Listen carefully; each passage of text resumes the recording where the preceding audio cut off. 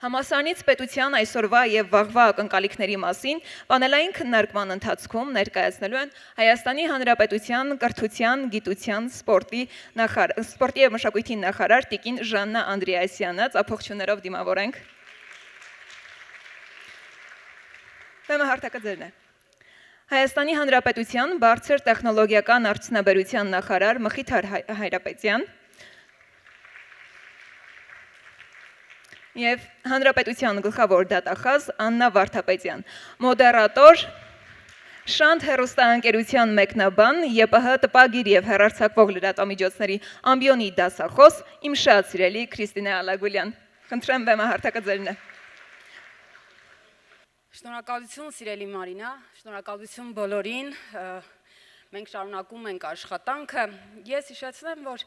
իրականում մենք շատ հարցեր քննարկեցինք, նախորդ պանելային քննարկմանն էլ անդրադարձանք տարբեր հարցերի եւ այդ շարքերը կշարունակենք այստեղ,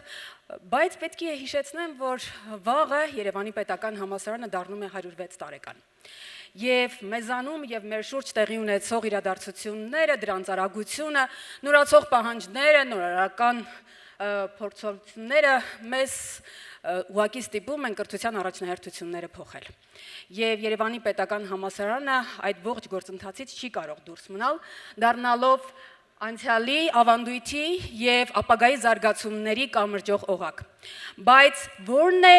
ակնկալիքը պետության եւ հասարակության համալսարանից այսօր եւ վաղը։ Հենց այս հարցերն էլ կքննարկենք հենց այսօր եւ առաջին հարցը թերևս սկսենք Տիկին Անդրեասյան ձեզնից, ուղիղ հարցը։ Ո՞րն է այն նպատակը ձևակերպված, ո՞րն է անհրաժեշտությունը պետության, որին պետք է ծառայի նաեւ համալսարանը։ Շատ ուրախ եմ, որ այդ հարցը ինձ տալիս եք հիմա 2025 թվականի մայիսի 15-ին ժամը 12:31։ Մենք ֆիքսում ենք դա։ Ունեմ հնարավորություն դրան պատասխանել անմիջապես այսօրվա կառավարության նիստից հետո, որի շրջանակներում մենք հաստատեցինք եւ արդեն իսկ ազգային ժողով ուղարկեցինք բարձրագույն կրթության եւ գիտության նոր օրենքը, որտեղ շատ հստակ ձևակերպված է, թե որն է մեր ակնկալիքը բարձրագույն կրթությունից եւ գիտությունից։ Իսկ մենք ոչ մի հեծանիվ չենք հայտնագործում եւ անկախ նրանից, թե ինչպես են փոխվում տեխնոլոգիաները, անկախ նրանից, թե մենք պատմական որ ժամանակաշրջանի մասին ենք խոսում, հանրային ակնկալիքը բարձրագույն կրթությունից եւ գիտությունից մեկն է, որպեսզի բարձրագույն կրթությունը եւ գիտությունը լինի այն օղակը, որի միջոցով հանրային զարգացումը, պետության զարգացումը դառնում է հնարավոր։ Կարծես շատ պարզ բառեր են, բայց պետք է հասկանալ ինչ է դրա հիմքում ընկած եւ նախորդ ուրեմն պանելային քննարկման ժամանակ մենք վերջում հասանք եւ կարծես թե տեսնում էի, որ այդ ուղղությամբ խոսակցությունը գնում է, որտեղ մենք նաեւ պետք է հասկանանք, թե այդ ակնկալիքը ինչպես է իրացվում հանրության մակարդակում եւ ինչպես է իրացվում անհատի մակարդակում։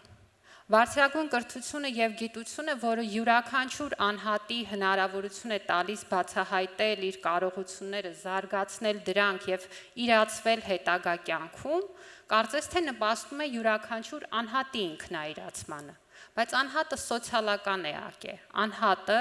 գործում է հանրության մեջ, նրա շահերը, նպատակները, արժեքները, դիրքորոշումները, վարքականոնը համադրված է հանրային վարքականոնի մեջ։ Եվ եթե մենք իրոք ունենք այն կրթությունը ու գիտությունը, որը հանրօգուտ է,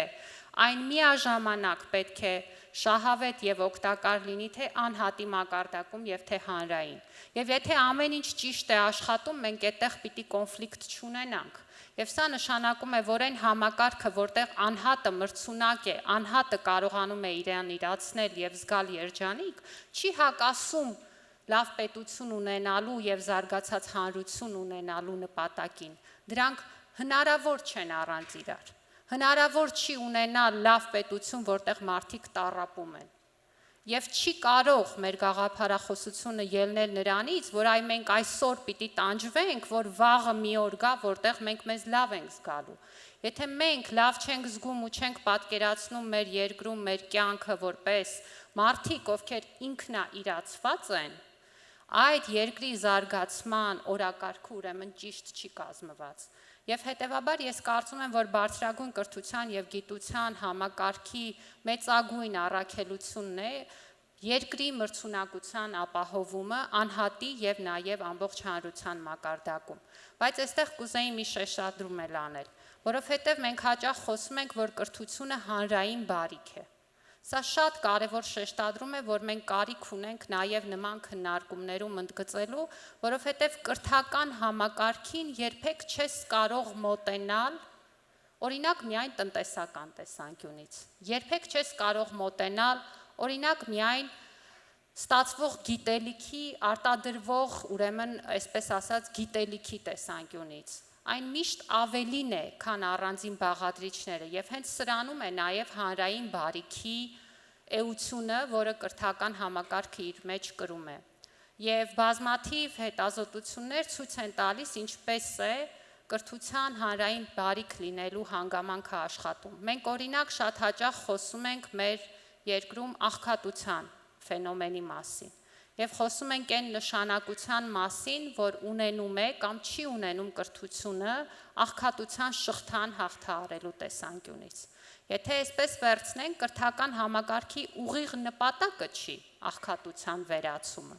Դա այն հանրային նաև հետևանքն է, որը կրթական համակարգի ճիշտ գործառնության դեպքում, սոցիալական ուղղվածության թիրախային մոտեցումների դեպքում մենք կարող ենք ունենալ։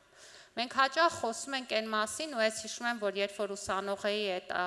կիսա անեկդոտային պատմությունը կար, չգիտեմ հիմա պահպանվել է թե չէ, ուսանողները կհուշեն, ասում էին, որ նույնիսկ եթե ինչ-որ մեկը 4 տարի բացում եւ փակում է համալսարանի դուռը, դա ազդեցություն ունենում է։ Հիմա իհարկե դա ամենափոքր ազդեցությունն է եւ ցանկալի է, որ բացի դուռը բացել փակելուց այստեղ ուրիշ բաներ էլ տեղի ունենան, այն ինչ պիտի տեղի ունենա բուհում, բայց ինչ է սա նշանակում։ Սա այսպես անեկդոտի միջոցով ցույց է տալիս նման միջավայրերին առնչության հանրային ազդեցությունը։ Եվ տարբեր հետազոտություններ ցույց են տալիս, որ եթե միջավայրում բարձրագույն կրթություն ունեցող անձանց թիվը նվազում է, այդտեղ օրինակ էապես աճում է հանցավորությունը, աճում են օրինակ վաղ տարիքում ամուսնությունները։ Եվ եթե մենք նմանատիպ երևույթներին ենք անդրադառնում, պարզ է, որ բուհի նպատակը չի այդ գործառույթը իրականացնելը, բայց դա այն գործառույթն է, որը նաև բուհը դարձնում է հանրային երևույթ։ Ու այդ իմաստով ընդհանրապես կրթության տեսության մեջ բուհերի հանրային առաքելության եւ նաեւ բուհերի որպես հանրային կառույցի շեշտադրման շատ էական գաղափար կա, ու ես շատ կուզեմ, որ մենք մեր բոլոր քննարկումներում լինենք նրբանկատ ֆիքսելու այս բոլոր բաղադրիչները եւ նաեւ դրանց հավասարապես ուշադրություն դարձնելու։ Շնորհակալություն։ Շնորհակալ եմ, շարունակելով Տիկին Վարդապետյան, դուք էլ ներկայ եք այդ կառավարության նիստին եւ հիմա խնդրում եմ ձեր պատկերացումները, մեզ ասեք, պետության ակնկալիքները համալսարանից, ինչպիսին պիտի լինեն։ Շնորհակալ եմ,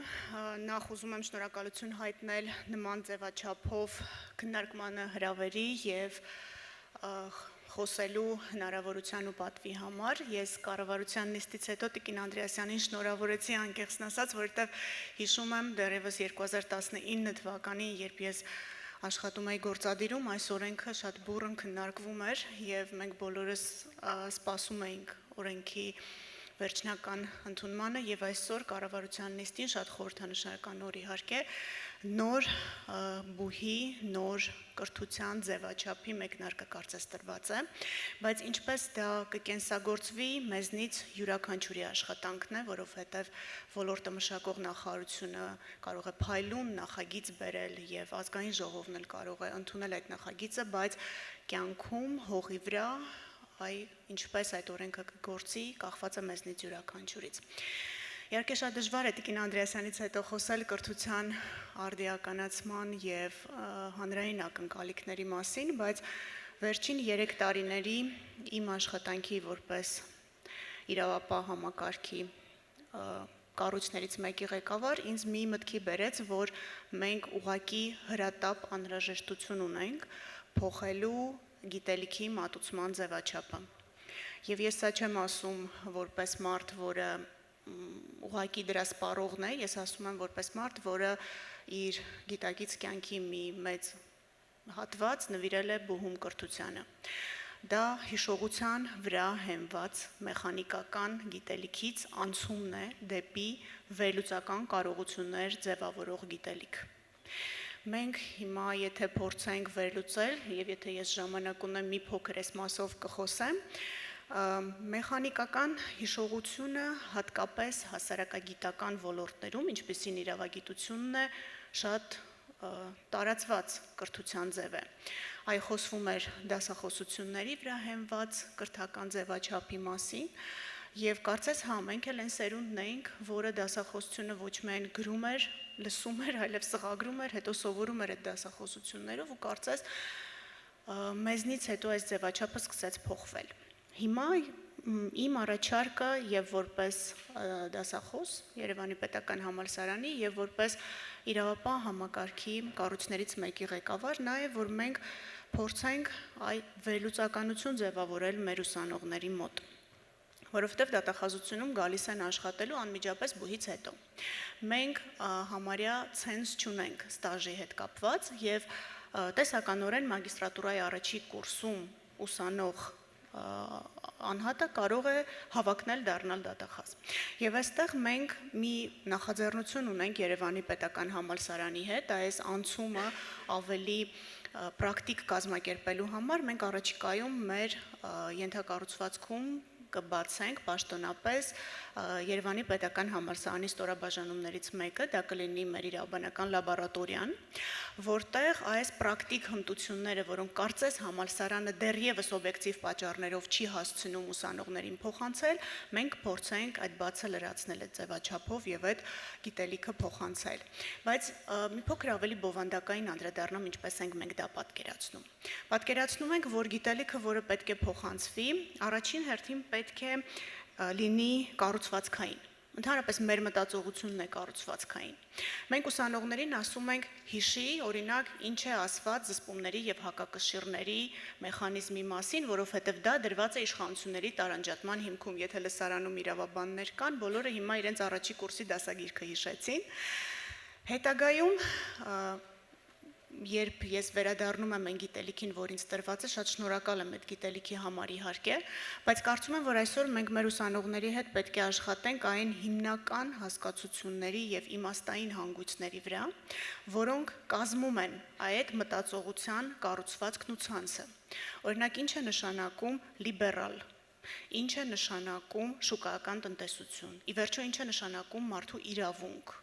Եվ սա չպետք է անենք զուտ պատմական զարգացման կոնտեքստում։ Մենք կարող ենք մեր ուսանողներին սովորեցնել փայլուն այդ պատմական զարգացման ամբողջ շղթան, բայց շատ հաճախ ես հանդիպում եմ իրավիճակների, երբ մենք գերազանց դիպլոմներով ունենում ենք հավակնորդներ, որոնք փայլուն պատասխանում են բոլոր հարցերին, բայց չեն կարողանում այս իմաստային հանգույցները վերլուծել։ Ավելին, իրենց համար շատ սարսափելի է որևէ քննադատության ենթարկել այդ հանգույցներից որևէ մեկը, որովհետև մենք այսպես դոգմատիկ պատկերացումներ ենք դնում իրենց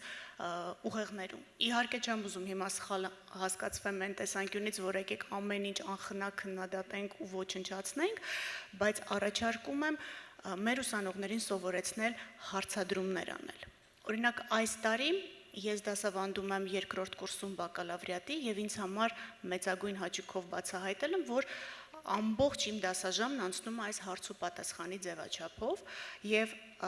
իմաստավորված հարցերի ձևաչափով, այսինքն իմ ուսանողները չեն ալարում կարդացած գալ դասին եւ մենք ոչ թե զուտ մեխանիկական գիտելիք ենք իրար փոխանցում, այլ վերլուծում ենք այն հասկացությունները, որոնք կան նոր քրեական օրենսգրքում։ Տիկին Անդրեասյանը կարևոր շեշտադրում արեց, որ գիտելիքը ինքը չի կարող լինել, անտրամաբանական է, որ լինի այդ տառապանքի աղբյուր, ընդհակառակը գիտելիքը ինքը պետք է մարդուն լուսավորի, չէ, որովհետև ժամանակակից գիտելիքը, եթե գնում ենք հետ լուսավորչականության ժամանակաշրջանից հաշված, ինքը եկել է հենց մարդուն երջանիկ դարձնելու համար։ Դրա համար ես կարծում եմ, որ մեզ մոտ նաև կրթության ձևաչափը պետք է փոփոխության ենթարկվի։ Վերջերս մի հետաքրքիր դասախոսություն էի լսում պոդքասթերից մեկով, երբ փիլիսոփայության դասախոսը շատ հետաքրքիր ձևաչափով բացատրում էր, թե ինչ է նշանակում դոսուկ բառը։ ռուսերեն դոսուկ բառը։ Եվ ասում էր, որ սա ժամանցն է իրականում եւ այն ժամանցն է, որը մարդը նվիրում է իրեն հետաքրքրող թեմաների վերաբերյալ գիտելիքներ ստանալու։ Հղում էր անում անտիկ ժամանակաշրջանին եւ ասում էր, որ մարդիկ, որոնք զբաղված չէին ֆիզիկական աշխատանքով եւ ունեին գիտությամբ զբաղվելու հնարավորություն, դա անում էին հաճույքով։ Իմ նպատակը որպես դասախոս, երբ ես ամեն շաբաթ գալիս եմ դասի, նա է, որ իմ ուսանողները հաճույքով գան դասի։ Այսինքն իրենք զգան, որ ես չեմ գալիս պարտադրված, դա ինձնից է առաջին հերթին բխում, եւ ես ինքս բավականություն ստանամ այն գործընթացից, որը տեղավորվում է 80 րոպեի մեջ, հիմա կարող է շատ տրիվիալ թվա ինչ որ ասում եմ, բայց իմ կարծիքով հենց այդ դետալներից է մեր կրթության նկատմամբ վերաբերմունքը ձևավորվում, եւ մաքսիմալ շատ այդ ընթացքում հասցնեմ նաեւ իմ անհատական որակները փոխանցել իմ ուսանողներին, որոնք ես կարծում եմ, որ օրինակ արժի լսարանում ցույց դնել եւ ունեմ որակներ, որոնց վրա ես ինքս դեռ պիտի աշխատեմ, այդ որակների վրա աշխատելու արդյունքում իմ ուսանողներին փոխանցեմ այդ գիտելիքը։ Կներեք, երևի շատ խոսեցի, խնդրեմ ինձ ընդհատեք, եթե ժամանակս չարաշահում եմ, բայց մեր աշխատանքը Երևանի պետական համալսարանի հետ կլինիկայի մեր իրավաբանական լաբորատորիայի շրջանակներում այ հենց այս ուղղությամբ է գնալու։ Առաջին հերթին, որ մեր ուսանողները, ովքեր գալիս են, սովորեն վերլուծել, 1, երբևէ չստորադասեն տեսական գիտելիք այն պրակտիկ հմտություններին, որը կա, այլ կարողանան դրանք համադրել,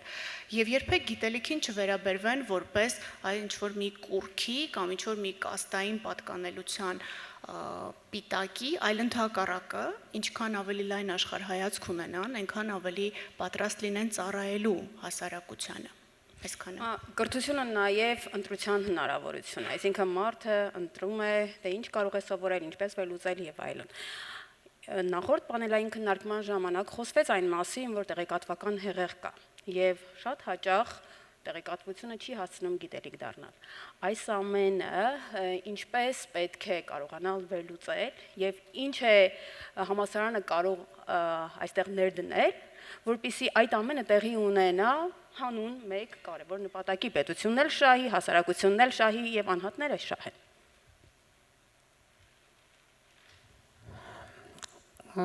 Մենք դեռ սպասում ենք պարոն Հայրապետյանին, կարծում եմ այստեղ բարձր տեխնոլոգիական արդյունաբերության կարիքը կար, որը կգար եւ մեզ ընդհանրապես կներկայացներ, թե ինչպիսի կրթության մասին ենք մենք խոսում այսօր, երբ որ արհեստական բանականությունը մուտք է գործել մեր իրականություն եւ դա արդեն իսկ որակապես փոխում է մեր պատկերացումը այն գործընթացների ու գործառույթների մասին, որ մենք ունեինք այդ թվում կրթական համակարգի թե կազմակերպման թե բովանդակության իմաստով։ Եվ այդ իմաստով ձեր բարձրացրած հարցը իրականում այդ ամբողջ process-ի մի մասն է, որովհետև տեղեկատվական հեղեղը կամ լրահոսը կամ մեզ հասանելի տեղեկատվական աղբյուրների եւ այսպես կոչված աղբյուրների բազմազանությունը իրականում հմտությունների մասին է։ Եվ Տիկին Վարդապետյանը մասամբ անդրադարձավ այդ հարցին, սա կրթության հարացույցի փոփոխություն է։ Գիտեք, որ ժամանակակից եւ արդեն ոչ այդքան ժամանակակից, որտեվ կարծում եմ այդ խոսակցությունները արդեն շատ վաղուց են, կրթության ֆորմալ կրթության ճգնաժամի խոսակցությունները եւ երբ որ Տիկին Վարդապետյանը խոսում էր գիտելիքի մատուցման ձևի մասին, այստեղ իրականում ոչ միայն բուն դասավանդման մեթոդաբանության մասին է խոսքը, այլ ընդհանրապես կրթությունը հնարավոր դարձնող ձևաչափի։ Եվ այսօր շատ մեր երիտասարդներ, ու այս մասին պետքա ուղիղ խոսել, այդ հարցը իրենց տալիս են։ Իսկ ինչու մենք սովորենք բուհում։ Ինչու։ Եթե կարող ենք գնալ, օրինակ, 6 ամսյա որևէ կուրսեր անցնել կամ անցնել գուցե ավելի երկար տևողությամբ, բայց ավելի կարճ, քան բուհական ամբողջական կրթական ծրագիրն է, եւ գնալ աշխատելու։ Հիմա մենք թե գործատուներ ունենք, որոնք որևէ մեկի դիպլոմին չեն նայում, եւ ընդհանրապես նույնիսկ երբ որ դիպլոմ կա, այդ դիպլոմին չեն նայում, այլ նայում են նրան, թե ինչ գիտի մարդը եւ ինչ կարող է անել, կան գործատուներ, որոնք անկախ նրանից, թե դու ինչ դիպլոմով ես իրենց մոտ գնում, իրենք ունեն իրենց ստանդարտ կրթական գործընթացը, որը դու անցնում ես եւ միայն դրանից հետո ես աշխատում, եւ հետեւաբար այդ հարցը կանգնում է այս պարագայում ինչպես պիտի փոխվի բուհական կրթությունը, ինչպես պիտի փոխվի ֆորմալ կրթությունը ընդհանրապես։ Սա շատ տևական բանավեճ է եւ երբ որ ծանոթանում ես թե մյուս, թե այն կողմի փաստարկներին, դիտարկումներին, վերլուծություններին, զգում ես, որ ինչպես սովորաբար ճշմարտությունը մի տեղում չի, ճշմարտությունը ցրված է, որովհետեւ թե այս կողմից կա ասելիք եւ թե մյուս կողմից։ Եվ իրականում, երբ որ նայում ենք բարձրագույն կրթության համակարգի փոփոխություններին, տեսնում ենք, որ ֆորմալ կրթությունը դժվարությամբ, բայց գնում է ընդառաջ։ Երբ որ մենք խոսում ենք միկրովորակավորումներից, երբ որ մենք խոսում ենք ոչ ֆորմալ կրթության ճանաչման գործիքակազմերից, իրականում սրանք գործիքակազմեր են, որոնք կոչված են մեղմելու ֆորմալ եւ ոչ ֆորմալ կրթության միջև անջրպետը եւ ոչ ֆորմալ կրթությունը ինտեգրելու ֆորմալ կրթական համակարգին։ Բայց ելի եմ ասում, որ սա մի գործընթաց է, որի մեջ ենք մենք հիմա, որտեղ կանխատեսումներ կարող ենք անել, այդ կանխատեսումների հավանականության մասին պիտի ավելի լուրջ ուսումնասիրությունների արդյունքում իհարկե խոսենք։ Ես կարծում եմ, որ ֆորմալ կրթությունը եւ իմ առաջին խոսքում փորձում էի նաեւ այդ շեշտադրել, չի կարող փոխարինվել ոչ ֆորմալ կրթությամբ։ Ու ես կարծում եմ, որ մենք կարիքը չունենք դրանք իրար հակադրելու։ Մենք պիտի որպես ֆորմալ կրթական համակարգը ներկայացնող մարդիկ, ակադեմիական շրջանակի մարդիկ, պիտի մեր խնդիրները ընդունենք։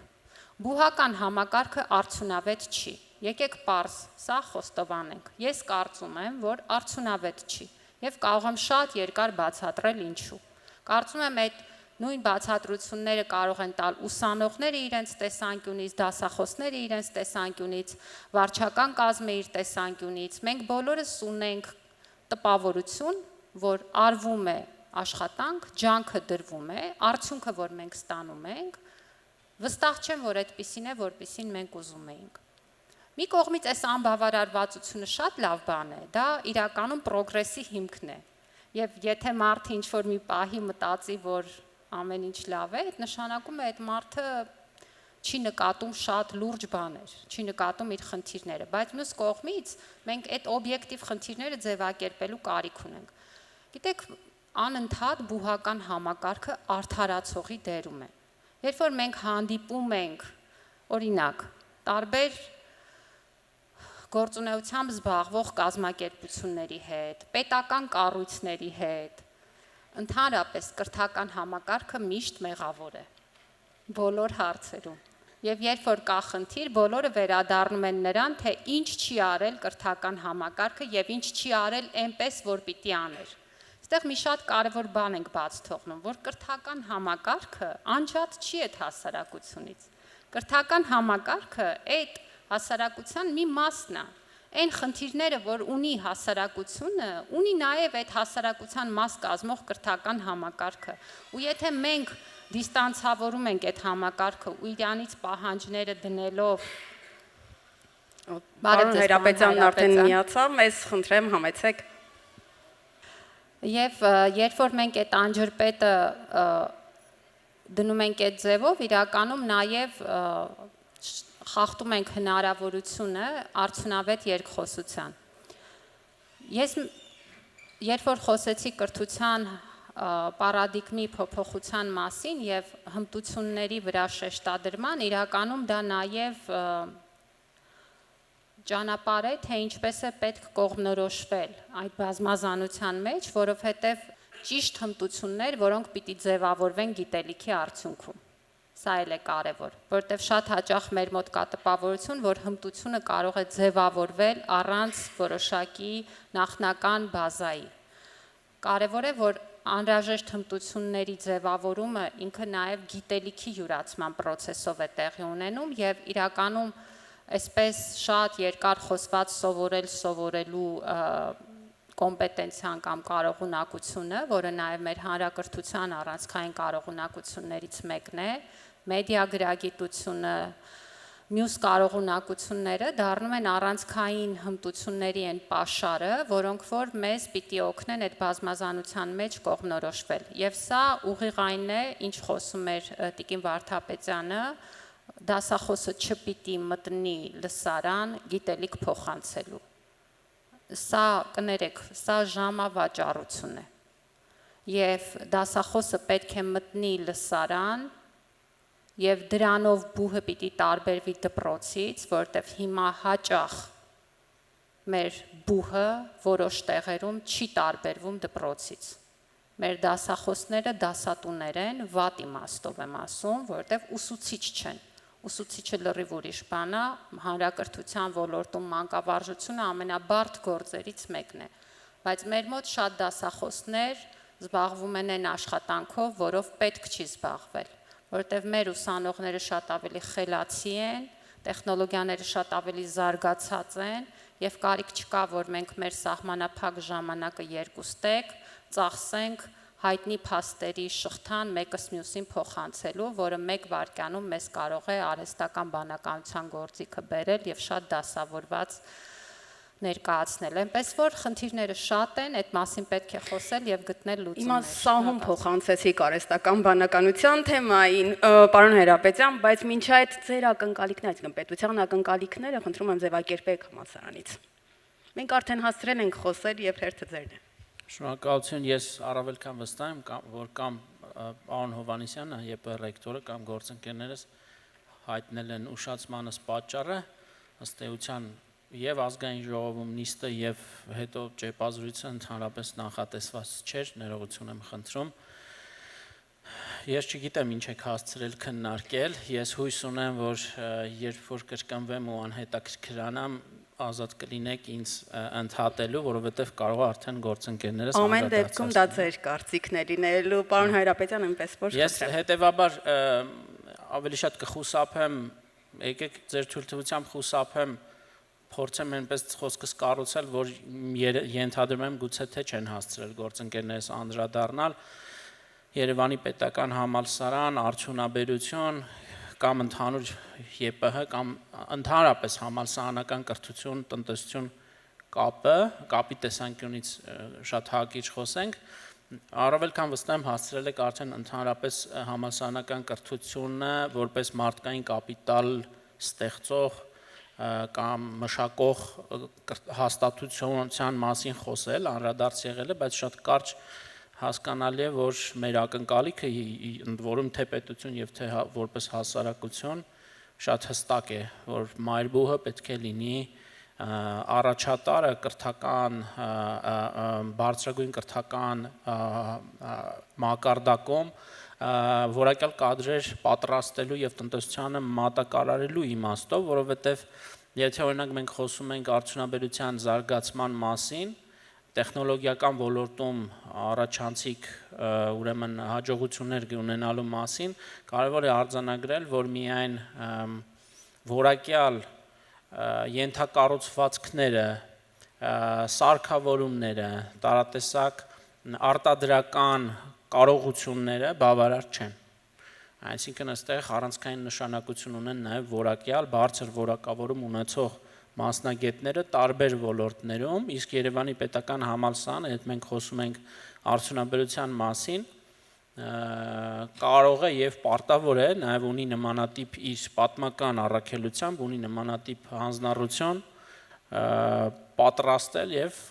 արդյունաբերությանը մատակարարել բարձրորակ ֆիզիկոսներ, քիմիկոսներ, ինչը նաև արել է տասնամյակներ շարունակ, մաթեմատիկոսներ, այսօր նաև նման հանձնառություն ունի ընդհանրապես գիտահետազոտական համատեքստում, աշխատանքների համատեքստում, որովհետև ընդհանրապես համալսարանական կրթությունը շահում է, համալսարանը ինքնին շահում է, երբ կա ամուր սերտաճվածություն արդյունաբերության հետ եւ ճիշտ հակառակ արդյունաբերությունն է շահում, երբ այդ տանդեմը իրականում գործում է, որովհետեւ եթե դրանք մեկ-մեկու հետ փոխկապակցված չեն, ըստ էության համալսարանը կղզիանում է եւ այդտեղ դառնալ զարգացման համակարգի մի մասնիկ չափազանց դժվար կլինի։ Հետևաբար այս իմաստով իմ կարծիքով հետազոտողները համալսարանում, իսկ մենք Երևանի պետական համալսարանը թե մեր երազանքներում, թե մեր նպատակներում արձանագրել ենք, որ ուժեղ գիտահետազոտական հենք պետք է ունենա եւ որպես հոգաբարձների խորհրդի անդամ կարող եմ նաև ասել, որ այդ ճանապարհով էլ իրականում մենք ընթանում ենք, Սա նշանակում է, որ հետազոտական բաղադրիչով, այդտեղ ձևավորված նոր գիտելիքով եւ նորարարական լուծումներով մենք պիտի նպաստենք արդյունաբերության զարգացմանը եւ իր հերթին արդյունաբերությունը պիտի ֆինանսավորի այդ նորարարությունները, հետեւաբար այստեղ երկկողմանի փոխշահավետության սկզբունքն է գործում։ Ես մեկ կարճ օրինակ ասեմ, մինչև վերջերս օրինակ երկրաբանության ֆակուլտետի ուսանողները տարիներ շարունակ պրակտիկ աշխատանքի չէին անցնում, գործնական պրակտիկա չէին անցնում, օրինակ Զանգեզուրի պղնձամոլիբդենային կոմբինատում, որը ըստ էության զարմանքի առիթ դարձավ մեզ համար, որովհետև առաջին բանը, որ մտածում ես, որ ըստ էության խոշորագույն արդյունաբերական հաստատություններից մեկը պետք է լինի հենց այն հիմնական միջավայրը, որտեղ տվյալ ոլորտում նեղ մասնագիտացում ունեցող մասնագետները առաջին հերթին հենց այդտեղ պետք է ըստ էության հենց պրակտիկ գիտելիքները կապիտալիզացնեն պրակտիկ իմաստով, ինչպես նաև նպաստեն նորարարություններ բերելու առումով եւ այս օրինակ դեպքերը բազմաթիվ են, այստեղ խոսքը չի վերաբերում բացառության մասին, սա խոսում է այն մասին, որ տարիներ շարունակ երկար ժամանակ ցավոք սրտի այդ Երևանի պետական համալսարանի եւ ընդհանրապես համալսարանական կրթության եւ արդյունաբերության ու տնտեսության միջև կապը բավականին այսպես խոցելի է եղել եւ այստեղ վերջինը որպես ամփոփում որ կուզեմ ասել չչարաշահելով իհարկե նոր զարգացող տնտեսության ուղղությունների հետևից կրթական ծառայությունների իրենց բովանդակությամբ հասցնելն է չափազանց կարևոր մենք այսօր կարող եմ արձանագրել որ պայմանական նոր ուղղություններ կան տեխնոլոգիական բնագավառում օրինակ տվյալագիտություն կենսատեխնոլոգիաներ մեքենայական ուսուցում եւ այսպես շարունակ որտեղ Հայաստանը ակնհայտ է եւ Քավլիցի նոր մայրցամաք չենք հայտնագործի, եթե ասենք որ հայաստանյան կրթական հաստատությունները եւ համակարգը չի հասցնում տեմպերի հետևից եւ այստեղ շատ կարեւոր է գոնե առնվազն պետության համար ստրատեգիական համարվող ուղղություններում եւ պետության կողմից ներդրումներ եւ մասնավոր հատվածի կողմից թիրախային ներդրումներ, որպեսզի Երևանի պետական համալսարանը կենսական համարվող ուղղություններով հասցնի բավարար չափով որակավորում ունեցող, բարձր որակավորում ունեցող մասնագետներ մատակարարել, որովհետև դա է ըստ էության ընդհանրապես համալսարանների առաքելությունը եւ այս իմաստով թերևս լավատես եմ, որ այստեղ եւս մենք կունենանք առաջիկայում մեծ առաջընթաց։ Շնորհակալություն։ Շնորհակալություն պարոն Հայրապետյան, 1-2 հարցի հնարավորություն ունենք, այնուհետև կշարունակենք։ Եթե դահլիճում հարցեր կան, ապա խնդրեմ։ Շնորհակալություն Աննա Կարապետյան, կենսաբանության ֆակուլտետ։ Հիմնական մարտահրավերը, որ բախվում է, կարծում եմ, ցանկացած երկրի կրթական համակարգ, դա միջազգային գլոբալացումն է։ Եվ այդ միջազգային գլոբալացման մեջ բնականաբար ենթադրվում են ռեսուրսների, այդ թվում մարդկային ռեսուրսների տեղաշարժեր։ Այս իմաստով ինչ կարող է անել, այսպես ասեմ, Հայաստանի կրթական համակարգը, մասնավորապես բուհանական կրթությունը, որպեսզի մի կողմից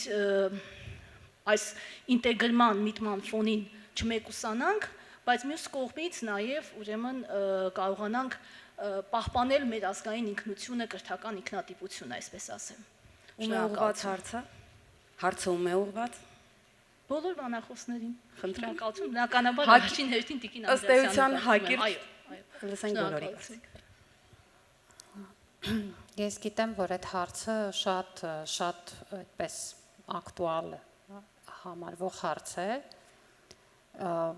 դա մի պատասխան ունի, մրցունակությունն է։ Գիտեք, այդ հարցը մեզ հաճախ են տալիս, օրինակ հիմա ակադեմիական քաղաքի կոնտեքստում մարզերում մեզ բարձրացնում են օրինակ մարզային բուհերի գործառնության կարևորությունը։ Եվ ամեն անգամ, երբ որ մենք խոսում ենք այդ խնդիրներից, առանցքում ոչ թե կրթությունն է, ոչ թե կրթական համակարգի գործառույթն ու դերն է, այլ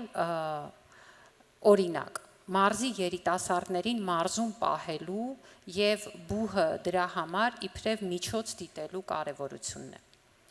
Հիմա այստեղ հարց կա իրականում խոսակցության։ Եվ այդ հարցը պետք է շատ մանրամասն հասկանալ։ Մենք ինչն ենք համարում մեր երկրում մնալու, ապրելու եւ աշխատելու հիմնական խթանը։ Այն, որ մենք դա անենք օրինակ արգելքից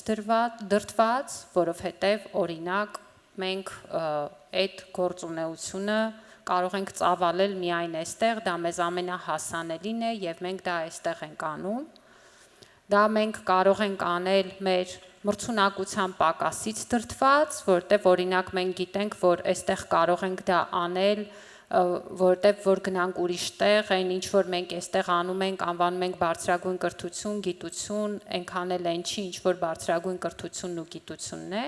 թե մենք դա պիտի անենք, որտեղ դա մեր ընտրությունն է եւ մենք դա ուզում ենք։ Այ որպեսզի լինի երրորդը, որտեղ երրորդն է, ես այդ իմ առաջի խոսքում որ խոսում էի, որ եթե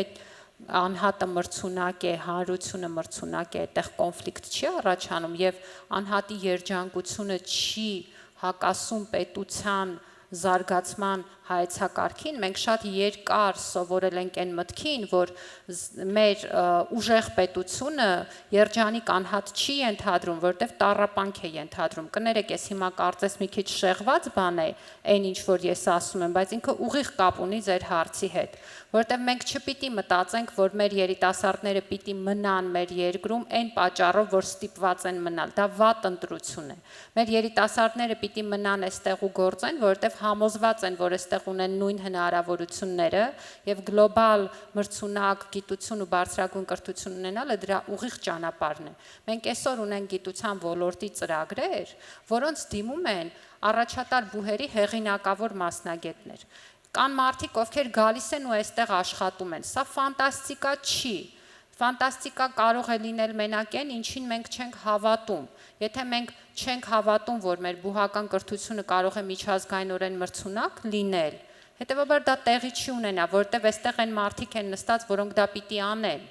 Ոչ բոլոր մարդիկ բնականաբար ես նկատի ունեմ համայնքը։ Ես կարծում եմ, որ դրա ուղիղ ճանապարհը մեր աշխատանքն է։ Մենք պետք է ունենանք միջազգայինորեն մրցունակ, բարձրագույն կրթություն եւ գիտություն։ Եվ սա ուղիղ ճանապարհն է, որը պահելու է մեր երիտասարդներին մեր երկրում։ Եվ նույնիսկ այն պարագայում, երբ որ իրենք կգնան, իրենց փորձը կկիսեն, կաշխատեն, կվերադառնան, որտեղ այստեղ իրենք ունեն զարգանալու հնարավորություններ։ Ես իրոք հավատում եմ դրան ու ես տեսնում եմ, որ դա արդեն աշխատում է, որտեղ կան բազմաթիվ մարդիկ, ովքեր կարող են գնալ եւ չեն գնում։ Սա միշտ ընտրություն է, մենք պիտի հասկանանք, որ մարդու ընտրությունը մենք չենք կարող ու չպիտի սահմանափակենք։ Մենք պետք է ձևավորենք պայմաններ ու միջավայր, որ ինքը կընտրի այստեղ լինելը եւ այդ գաղափարը նաեւ այդ մրցունակության բարձրացման միջոցով է։ Պարոն Հայրապետյան, ավելացնելու բան։ Տեսեք, իրականում եթե հարց հնչեցնենք, օրինակ ծրագրային կամ ինստիտուցիոնալ հավատարմագրումը կարող է Երևանի ընդհանրապես համալսարաններին օգնել էլ ավելի ինտեգրվել կամ դառնալ միջազգային գիտակրթական, այսպես ասենք, ընտանիքի մի մասնիկ, իհարկե այո։ Կարող է դրան նպաստել, որ օրինակ մի տարբեր հեղինակավոր բուհերի հետ համատեղ կրթական ծրագրեր իրականացնել, իրագործելը կարող է դրան նպաստել, բնականաբար այո, մենք վերջին տարիներին հատկապես առիթ ենք ունեցել ռեկտորի հետ օրինակ քննարկում էինք Ջորջթաունի համալսարանի հետ հնարավոր համագործակցությունը, որը սրա ցցուն օրինակներից մեկը կարող է լինել, եւ այս օրինակ համագործակցությունները բնականաբար կարող են նպաստել այս աշխատանքին, բայց որքան էլ մենք այսպես թվարկենք, թե ինչը կարող է նպաստել այդ ընտանիքի մեջ մեր ուրույն կարևոր տեղը ունենալը, միևնույն է վերադառնալու ենք այն մտքին, որը հնչեցրեց գործընկերս Տիկին Անդրեասյանը, խոսքը մրցունակության մասին է, որովհետև մրցունակ լինելով է, որ դու նկատելի ես, տեսանելի ես, որովհետև եթե մենք տարբեր առաջատար համալսարանների հետ մենք տաղատեսակ համատեղ ծրագրեր քննարկում ենք օգտագործելով օրինակ Սփյուռքում մեր ներուժը, մեր ունեցած տաղատեսակ ցանցերը, որը կարող է ի նպաստ օգտագործվել, մրցունակ լինելու պարագայում այս աշխատանքը անհամեմատ ավելի հեշտ եւ ինստիտուցիոնալ կլիներ ըստ էության, եւ սա Քավլիցի չի նշանակում, որ մենք չպիտի օգտվենք մեր եղած արկա հնարավորություններից, բայց եթե մենք ինստիտուցիոնալ զարգացման մասին ենք խոսում, իհարկե այս ամենի հիմքում հենց մրցունակությունն է։ Կարող է հարց առաջանալ հանրահայտ հավի եւ ձվի պատմության տեսանկյունից համատեքստում արդյոք այդ գլոբալ տենդենսներին ինտեգրվելը եւ այդ գիտակրթական գլոբալ համակարգում մեր կարևոր տեղ ունենալը չի նաեւ որ պիտի նպաստի մեր մրցունակությանը, այստեղ ես կարող եմ առնվազն իմ սուբյեկտիվ կարծիքը ասել, որ մենք գոնե թե դեռևս մեր տնային աշխատանքը ունենք անելու, այսինքն շատ բացեր ունենք, որ մենք դեռևս ինքնուրույն պիտի դա լրացնենք եւ զուգահեռ իհարկե փորձենք դրան ծառայեցնել նաեւ այն հատվածը, որը որ արդեն իսկ նշվեց։ Այսինքն այս ամենը իհարկե փոխկապակցված է, բայց շատ եւ շատ բարեփոխումներ մենք դեռևս ունենք անելու, որոնք իհարկե նպաստելու են այդ մրցունակության բարձրացմանը, ինչն էլ գալու է սպասարկելու հենց այն, ինչ դուք ձեր խոսքում ձեր հարցադրման մեջ նշեցիք։ Տիկին Վարդապետյան, շատ հակիրճ լսենք նաև ձեր կարծիքը եւ անդրադառնանք մյուս հարցերին։ Շնորհակալություն։ Իմ գործընկերներն ըստ էության համապարփակ պատասխան տվեցին, ես կցանկանայի անդրադառնալ ձեր հարցադրման մեջ հատկապես իմ ուշադրությունը գրաված այն ձևակերպմանը, որ ինչ անել, որ չմեկուսանանք եւ ինչ անել, որ չտարալուծվենք։ Եվ մինչ իմ գործընկերները խոսում էին, ես մտածում էի ձեր հարցի շուրջ, այստեղ բոլոր գիտությունների տեսանկյունից մենք այս մարտահրավերը ունենք հաշվի առնելով եւ մեր աշխարհագրական դիրքը եւ մեր պատմական անցյալը, բայց կարծում եմ, որ մի բանաձև կա չտարալուծվելու, որովհետեւ մեկուսացման օրակարգ կարծես թե չունենք, հաշվի առնելով միջազգային ամսագրերում մեր ձգտումը տպագրվելու, հաշվի առնելով համագործակցությունը, որ ունենք մեծ բուհերի հետ, որոնք ունեն ավելի երկար պատմություն, քան մեր մայր բուհն է։ Այստեղ ես կցանկանամ մի պահ վերադառնալ Տիկին Անդրեասյանի այն մտքին, որ ինչու գալ բուհ, եթե նույն բանը կարելի է սովորել 6 ամսում։ Մենք հաճախ իմ տարբեր բնագավառների ընկերների հետ բանավիճում ենք, այ կգա մի պահ, որ արհեստական բանականությունը կփոխարինի մեզ։ Եվ ես ի տարբերություն շատերի գտնում եմ, որ դա երբեք տեղի չի ունենա, իհարկե պարոն Հայրապետյանը ինձ կարող է հակափաստարկել եւ ուղղել, բայց ես այստեղ մի պնդում ունեմ։ Օրինակ իմ աստվածաբան ընկերները պնդում են, որ այ հոգին երբեք չի փոխարինի։ Իմ երաժիշտ ընկերները պնդում են, որ այ ստեղծագործելու կարողությունը երբեք չի փոխարինի։ Ես կարծում եմ, որ համալսարանի տվող այդ աշխարհայացքային գիտելիքը չի փոխարինի։ Եթե դու կրթության այն ձևաչափն ունես, որը քո մոտ պարզ կապեր է ձևավորել, հմտություն ունես ընդամենը, վստահաբար հիմա չէ 10 տարի հետո այդ նույն տեխնոլոգիային ավելի կարճ ժամանակահատվածում, օրինակ 6 րոպեում կսովորեցնեն այն, ինչ դու սովորել ես 6 ամիս, ու տեխնոլոգիան կփոխարինի քեզ։ Բայց ալմա մատերը մայր բուհը աշխարհայացք ձևավորող կրթության տեսլական պետք է ունենա եւ աշխարհայացքը վերացական ու մեր իրականությունից կտրված երևույթի մասին չէ։ Աշխարհայացքը այդ մտածողության ցանցի մեջ անընդհատ ընդլայնվող իմաստային կապեր են եւ այդ իմաստային կապերի կոնտեքստում նաեւ մենք կարողանում ենք տարբերակել առաջնայինը երկրորդականից, իրականը ստից, նույն ասենք այդ տեղեկատվական ներողություն աղմուկը իրական գիտելիքից։ Եվ ես կարծում եմ, որ աշխարհի պատմության մեջ ինքնուրույն տեղը պահպանելու համար, չտարալուծվելու համար, անհրաժեշտ է, որպեսզի մենք կենտրոնանանք այս աշխարհայացքային գիտելիքի ձևավորման վրա, եւ ավարտելով կցանկանայի նշել, որ աշխարհայացքային գիտելիքը դա հատվածական տարբեր տեղերից մեխանիկական հավաքված այդ կտրտած պատկերացումները չեն։ Դա քո բնագավառում եւ հարակից բնագավառներում այդ պատճառահետևանքային իմաստավորված կապերն են։ Ես կարծում եմ, որ ինչպես հասարակագիտության, այնպես էլ բնագիտության եւ մյուս բոլոր ոլորտներում, այո, մենք մեխանիկական գիտելիք այլևս չպետք է պատմենք մեր փոխարեն, կան ավելի հզոր տեխնոլոգիաներ, որոնք դա անում են։ Մենք պիտի սովորեցնենք, թե ինչպես պատճառահետևանքային կապեր ձևավորել եւ ինչպես տարբերակել այդ առաջնայինը երկրորդականից։ Իմ կարծիքով, եթե ես պատասխանեմ ձեր հարցին, այդ չտարալուծվելու եւ չմեկուսանալու մեր բանաձևը այն է, որ մենք կարողանանք մրցունակ աշխարհայացքային գիտելիք ձևավորող համալսարան դառնանք։ Շնորհակալություն, ժամանակը քիչ է, կրթության process-ն էլ շարունակվում է, երեք էր այդ տեղի ունենում, այսօր եւ վաղն էլ շարունակելու են։ Հիմա մենք խոսեցինք որակյալ կրթությունից, որակյալ մասնագետներից, բայց սա կարող է շատ ընդհանուր հնչել։ Վաղը համալսարանը ինչ կոնկրետ բան պետք է անի, երբ որ շարունակի վաղվա աշխատանքը։ Վաղը ուրբաթ է, շարունակելու է աշխատանքը։ Հակիրճ գուցե ձևակերպենք կոնկրետ ինչ ենք ուզում մենք համալսարանից։ Տիկին Անդրեասյան, ձեզնից սկսենք։ Կարծում եմ վաղը համալսարանը պիտի շատ բովանդակային նշի իր ծննդյան օրը եւ նշի նաեւ մեր երկրում Եվ մենք վերջապես լիաթոք կշնորհավորենք, որտեղ սկզբում նշեցի, որ նախապես չեմ ուզում շնորհավորել, բայց ինչ իմաստով եմ կարևորում նաև, որ մենք այսօր տեսնում ենք շրջանավարտների ֆորումի ձևաչափով նաև սեփական ծննդյան օրը նշելու այս մեկնարկը։ Իրականում այս քննարկում է, մտածել, ռեֆլեքսիա անել, անընդհատ նայել նրան, ինչ անում ես, տեսնել կա մի բան, որը գուցե այլ կերպ կարող է արվել, խոսել այդ մասին, լսել նաև մյուսների կարծիքը։ Այս ռեֆլեքսիան է, որ պետքա անընդհատ տեղի ունենա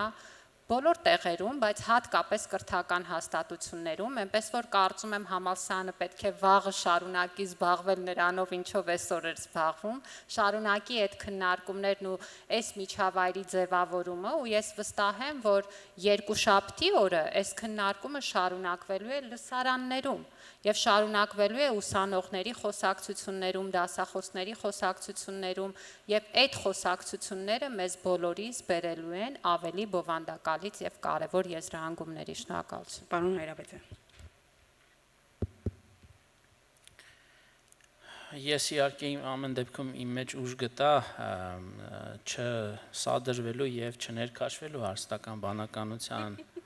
թեմայի մեջ մտնելուց, գոնե թե այսօր եկեք այդուհանդերձ ես ինձ թույլ տամ այսօր շնորհավորել մեր Մայրբոհի 106-ամյակի կապակցությամբ, որովհետև փաստ չէ, որ մայիսի 15-ին է ըստ էության ինչ-որ հաստատ ինչ-որ մի բան ուշացրել ենք մեկ օր, չեմ բացառում, ես ուզում եմ ասել, որ կուզեմ կամ երազում եմ, որ Երևանի պետական համալսարանը շարունակի ներդրումներ կատարել իր կարողունակությունները բարձրացնելու, հասկանալու տնտեսության մեջ տեղի ունեցող արագ, անդադար տրանսֆորմացիաները։ Ես անընդհատ նորից խոսում եմ մեր տեսանկյունից, մեր գերատեսչական շահի տեսանկյունից, բայց իհարկե հուսով եմ, որ ճիշտ եմ հասկացում այն իմաստով, որ դա ֆունդամենտալ նշանակություն ունի տնտեսության զարգացման համար, եւ այս իմաստով զգալու զարկերակը ընդհանրապես աշխատաշուկայում տեղի ունեցող փոփոխությունների եւ շատ արագ օպերատիվ, ադեկվատ արձագանքելու,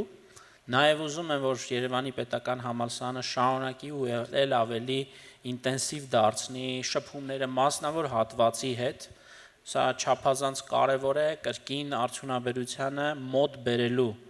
մեր Մայրբոհին եւ տալու նորանոր հնարավորություններ Երևանի պետական համալսարանի կողմից կրթական ծառայություններից օգտվող ուսանողների համար։ Սա չափազանց կարևոր է նաև ապագայի տեսանկյունից, մարդիկ, որոնք որ պիտի կարևոր որոշումներ կայացնեն դեռևս հանրակրթական մակարդակում, դա չափազանց կարևոր է ցույց տալ ինդուստրիայում շարունակականությունը եւ ինդուստրիայում մասնագիտական գիտելիքները, հմտությունները կապիտալիզացնելու այս հնարավորությունը, որտեղ Երևանի պետական համալսարանը կարող է նաև եւ պետք է լինել այդ առաջնորդողի դերում, այսինքն ունենալ կարողություններ եւ աշխատելու մասնավոր հատվածի գիտահետազոտական ինստիտուտների նաև, ինչպես նաև